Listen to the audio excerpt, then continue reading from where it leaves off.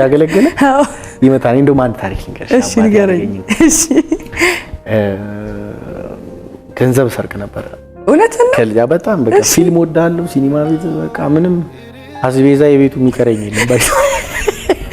ታረጋለህ ተሽባለ እና ለነገርሽ እኮ ነው እና ፋዘር ማረሳውን ታሪክ ነው ምንነግርሽ እና ፋዘሪ አንድ ቀን ከኪስ ውስጥ ብር ሰረኩትና መጣ ኪሱ ሲያው ብሩ የለም ማለት ነው ጠበቀኝ እንዴት እንደመታኝ ለነገርሽ ነው ላይ ሲመታኝ የእግዚአብሔርን ቃል እያካፈለ ነው የመታኝ እንዴት ይሰልሽ አድርገኝ አንተ ሰው የሚነግርን አትሰማ እግዚአብሔር የሚልን አትሰማ በመጨረሻው ዘመንም መለከት ሲነፋ አትሰማም እንደዛ ነው የሚመታኝ ቃል ያቺል አንዳንድ ጊዜ ምናምን መስልሽ መጽሐፍ ቅዱስ እያካፈለ ነው የሚመታኝ ሮሜ 8:32 ምን ይላል መሰለ ይደብድበኝ አንዲት ቃል ካፋ በጣም ክፉ ነገር ግን የእግዚአብሔርን ቃል እያካፈለ ነው የሚመታኝ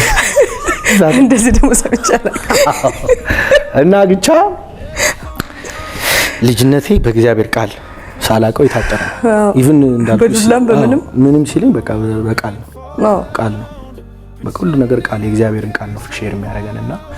አድጌ ብዙ በተለይ በሙዚቃው እግዚአብሔርን ያገለገልኩኝ እንዲሁ እድገቴ ከፍ እያለ ሲመጣ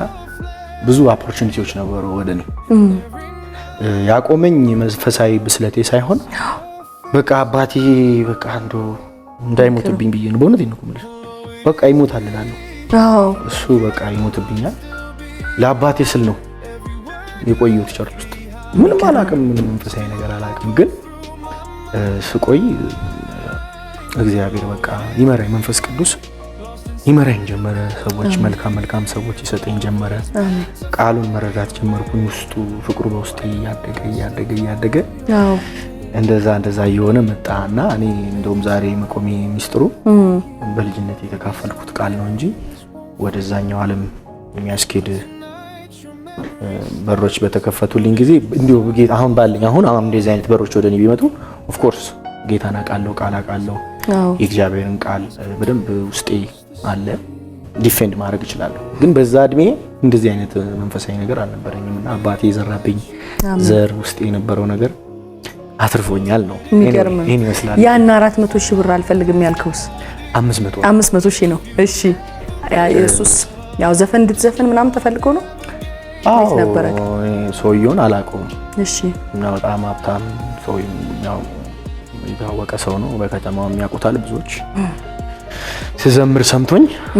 የዛኔ ቁጥር 1 ካሴት የማልወጣም ነበርና ለምን አትዘፍንም አለኝ እና እዛው ቼክ ጻፈልኝ የ500 ሺህ ብር ቼክ ተሳስቼ ነው እንጂ ሰምቻለሁ እሱ ሰምቼ ነው ኤኒዌይ 500 ሺህ ብር ማለት የዛን ጊዜ ዴክስ መኪና 40 ሺህ ብር ነበር ስለዚህ ተከፋፈለው ቤት ምን ማፍተም እውነት እኮ ቀላል አይደለም ግን የዛን ጊዜ ደግሞ በደንብ ይሄ እየጀመረ ነበር የጌታ ነገርና 500 ሺህ ብር ይጽፍልኝ አንጀምና አልተደናገጥኩም ከዛ አለቀስኩኝ እዛው አንድ ይልቃል የሚባለው ወንድም አለ ታውቂያለሽ ይልቃላው እሱ ነበር የዛለት በቃ አለቀስኩኝ ተናገርኩት ወይኔ እኔ የሚሸጥ ነብስ የለኝም አልኩት የሚገርም እኮ ነው እሺ ነብስ 500 አይወጣም በኢየሱስ የሚገርም ንግግር ራሱ እንዴት ነኝ አከኛልኩ ትንሽ ልጅ ነኝ ብስለት የለኝም ብቻ የሆነ ነገር ኮንትሮል አድርገኝ የዛለት እንባምባ ይለኛል የሆነ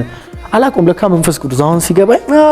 ሆሊ ጎስት ነው እንደዛ እንደሆነ ያደረገኝ ገባሽ እና በቃ እንባምባ ለኝ እንዴት አንተን ትጠይቀኛለህ እንዴት ብትንቀኝ ነው እንዴት ቢንቀኝ ነው በቃ ተንቅ ያለው ማለት ነው ብዬ አለቀስኩኝ ገረመኝ ተናገ የመለስክለት መልስ ራሱ አሁን በጣም የሚሸጥ ነብስ የለኝም ያልኩት በጣም ይገርማል እና ስክሪኒ ነው ከቸርች የሚወጣው አልኩት መቃብሬ ቤተ ክርስቲያን ውስጥ ነው የሚሆነው እንኳን እኔ አስክሬኔ ራሱ ምንም ባያደርግም አስክሬን እውነት እኮ እግዚአብሔር ቤት ውስጥ ቢሆን ይሻለኛል እውነት እኮ ነው ትክክል አስክሬን ምንም አያደርግም ግን በቃ ኢቭን አስክሬኔ በአጋንንት መስመር አጋንንቶች ባሉበት አካባቢ አይቀበርም የቅዱሳን ባሉበት እንትኑ ገባሽ ልክ ነው ጌታ መቼም